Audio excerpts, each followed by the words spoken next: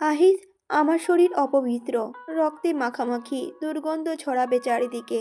ছুতে পারবে না তুমি। আমি অধরা, তোমার প্রেম পিয়সী মরে গেছে আহিস। মেরে ফেলেছে ওরা। কত আকুতি করেছি, সহস্র ফোঁটা জল ফেলেছি। শুনেনি আহিস, কেউ শুনেনি। ঝাঁপিয়ে পড়েছে, আমাকে একটু একটু করে তোমার থেকে দূরে করে দিয়েছে আহিস। আজ আমার রাজত্বে অন্য কেউ মুখ বুঝেছে আহি। বড্ড ব্যথা গো, শরীর চলে যাচ্ছে। আমাকে মুক্তি দাও আহিস, মুক্তি চাই আমি। তোমার কল্পনা জগৎ থেকে মুক্তি দাও আহিস। কান্না ভেজা কণ্ঠে বলে উঠল মেয়েটি। তারপর আস্তে আস্তে হারিয়ে গেল, বেনি নাচিয়ে অন্ধকারে মিশে গেল। আহিস হাত বাড়িয়েও তাকে আটকে রাখতে পারল না। বুকের ওপর চাপটা হঠাৎই বেশি হয়ে গেছে। চিনচিনে ব্যথা নিয়ে বসে পড়ল আহিস। পুরুষ মানুষ নাকি কাঁদতে পারে না, তাদের কাঁদতে নেই, মানুষ যে হাসবে। এখানে তো কেউ নেই, সে কাঁদলে খুব কি বেশি উপহাস পাবে সে? ভোরের আলো ফুটেছে, বাঁকা চাঁদ সরে গিয়ে সোনালি সূর্য আসন দিয়েছে। মিষ্টি হাওয়ার সাথে বাতাসে অচেনা মিষ্টি ঘ্রাণ ভেসে আসছে। শুধু তার কাছেই কি এমন মনে হচ্ছে? প্রেমের যে বহিঃপ্রকাশ কি আদিল মাহমুদের ধরন পাল্টে দিল? এই যে কিছুদিন আগে সকাল হতেই ভাবতে বসতো মিটিং ডিলের কথা, আজ ঘুম ঘুম চোখে জড়িয়েছিল মেয়েটি। তার দিকে তাকিয়ে হাসছিল মেয়েটি। কিন্তু ঘুম ভেঙে যখন আশেপাশে খুঁজতে লাগলো, দেখলো নেই। আপন মনে হাসলো আদিল। অধঃপতন হয়েছে তার, তবে আফসোস হচ্ছে না। অদ্ভুত এক অনুভূতি তাকে ঘিরে রেখেছে। পাশ থেকে ফোন নিয়ে ওয়ালপেপারে দেখলো আদিল। নিজের একটা ছবি ওয়ালপেপারে দিয়ে রেখেছে মীরা। মীরার ভাষ্য মতে ফোনটা অন করলেই তাকে আগে দেখতে পাবে। অথচ মেয়েটি জানেই না আদিল মাহমুদ মেয়েটিকে ঠিক বুকের বাম পাতেই চিরস্থায়ী আসন করে দিয়েছে। অনেকক্ষণ ধরে রিং হচ্ছে, তবুও কেউ তুলছে না। অপেক্ষারত আদিল নিরাশ হলো, তবে ধৈর্য হারালো না। রিসিভ হলো। ঘুমঝুরিত কণ্ঠ ভেসে এলো কানে। এত সকালে কেউ কাউকে ফোন দেয় না আদিল, ঘুমাচ্ছি তো আমি। আপনাকে এখন নিশ্চয়ই আমাকে ম্যানার শিখাতে হবে না। মীরার ঘুম জড়ানোর কথা শুনে আদিলের খুব হাসি পেল। কৌতুক মিশ্রিত কণ্ঠে আদিল বলে উঠল, মীরা, তুমি শেখাতেই পারো, আমি কিন্তু মাইন্ড করব না। বিরক্তির সুর তুলল মীরা, কিছু বলল না, চুপচাপই রইল কিছুক্ষণ। তারপর আদিল হুট করেই বলে উঠল গাঢ় কণ্ঠে, আপনার চিঠির উত্তর দিতে আমি একটি অপারেশন মিস করেছিলাম রাজনন্দিনী। লোকটি চিকিৎসাহীন মারা গিয়েছিল। আমার কিন্তু আফসোস হয়নি, বরং খবরটা শুনে বেশ বিরক্তই হয়েছিলাম। চিঠি লেখায় ব্যাঘাত হল কিনা? আদিল মাহমুদের রূপ একটা নয়।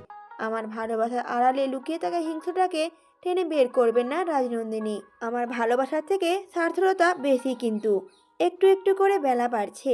সূর্যের তেজ ও সময়ের সাথে পাল্লা দিয়ে বেড়ে চলেছে। ভাবসা গরমে শুয়ে থাকাও অস্বস্তিকর। আড়মোড়া ভেঙে উঠে বসলো আপরা।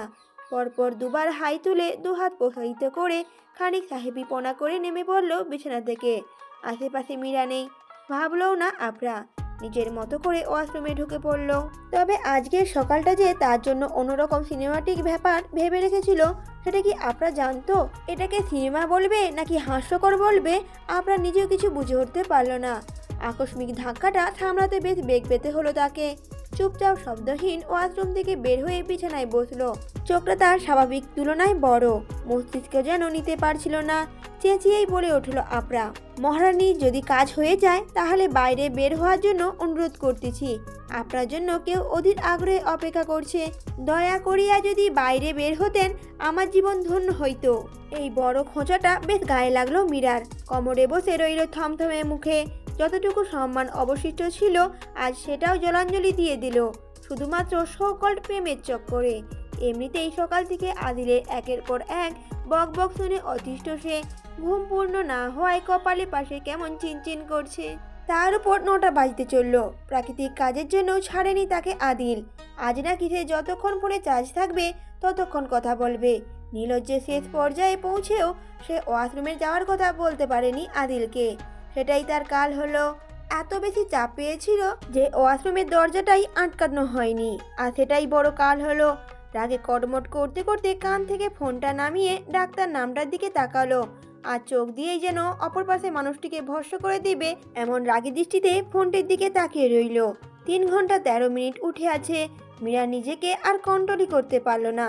চেঁচিয়ে বলে উঠল আদিলকে, আগামী 3 দিনে যদি আপনার ফোন থেকে আমার ফোনে কল আসে তাহলে চিবিয়ে খাবো আপনাকে। কথাটা বলেই ফট করে ফোনটা কেটে দিল।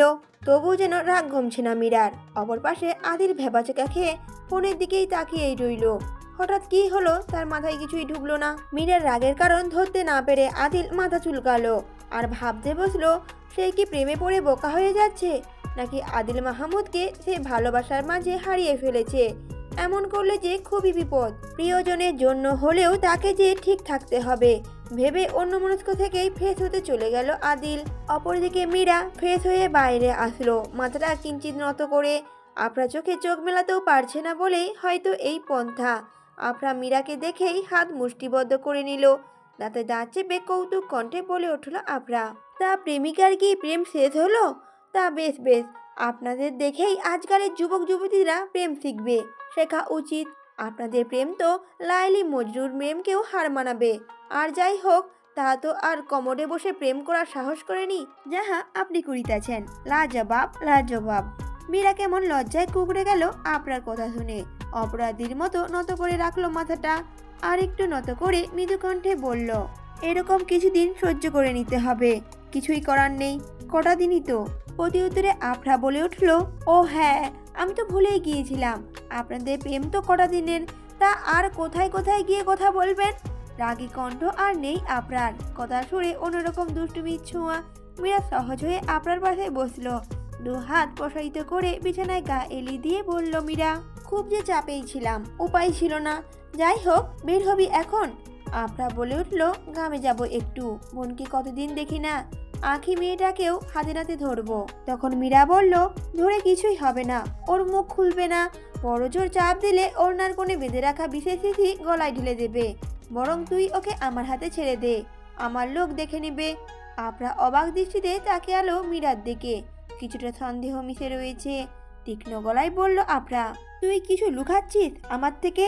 পরিণাম কিন্তু খারাপ হবে মীরা। মুচকি হেসে উঠে বসলো মীরা। আলমারি থেকে কাপড় নিয়ে ওয়াশরুমের দিকে যেতে যেতে আফরাকে উদ্দেশ্য করে বলল, তা কেমন পরিণাম তা না হয় ভবিষ্যতে ঠিক করুক। খিদে পেয়েছে, নাস্তা তৈরি কর, আমি 2 মিনিটেই আসছি। কথাটা বলেই চলে গেল মীরা। আজ ঠিক সময়ে অফিস যেতে চেয়েছিল বলে মনে হয় এতটা দেরি হলো আদিলের। ব্যস্ত পায়ে এদিক ওদিক ছুটোছুটি করে রেডি হচ্ছে আদিল। কোনো কিছুই আজ হাতের কাছে পাচ্ছে না। আজ গোছানো ঘরটা কেমন এলোমেলো লাগছে তার কাছে। মনটা বলছে ঘর গোছানোর জন্য হলেও কাউকে তার দরকার। সেই কাউকের মধ্যে মীরার মুখশ্রীটা কল্পনাও করে নিয়েছে। নিজের এমন ভাবনায় মুচকি হাসল আদিল। মীরা তার কাছে 1 মাস সময় চেয়েছে, ঠিক পরের মাসে 21 তারিখ সম্পূর্ণ তার হয়ে যাবে সেটা কথা দিয়েছে। মেনে নিয়েছে সে। খুব তাড়াতাড়ি আপন করার মনোবাসনাকে গোপন করে সায় দিয়েছে। এখন মনে হচ্ছে জোর করে কাজী অফিসে নিয়ে গেলেই হতো, আর এত ঝামেলায় পোহাতে হতো না। বাম হাতে ঘড়িটা জড়িয়ে গাড়ির চাবিটা হাতে নেবে, ঠিক তখন ব্যাঘাত ঘটল। টুং টুং শব্দে ফোনটা বেজে উঠল। তখন শান্ত ভঙ্গিমায় ফোনটা তুলে হ্যালো বলার আগেই অপর পাশের মানুষটি চাপা উৎকণ্ঠাকে লুকিয়ে শান্ত স্বরে বলে উঠল, বস, আমি মতিন বলছি। কাল ম্যাডাম একটা মেয়েকে তুলে আনতে বলেছিল, এনেছিলাম। কথা ছিল সকালে আসবো আমরা, এসে দেখি ম্যাডাম মাটিতে পড়ে আছে, মেয়েটি নাই।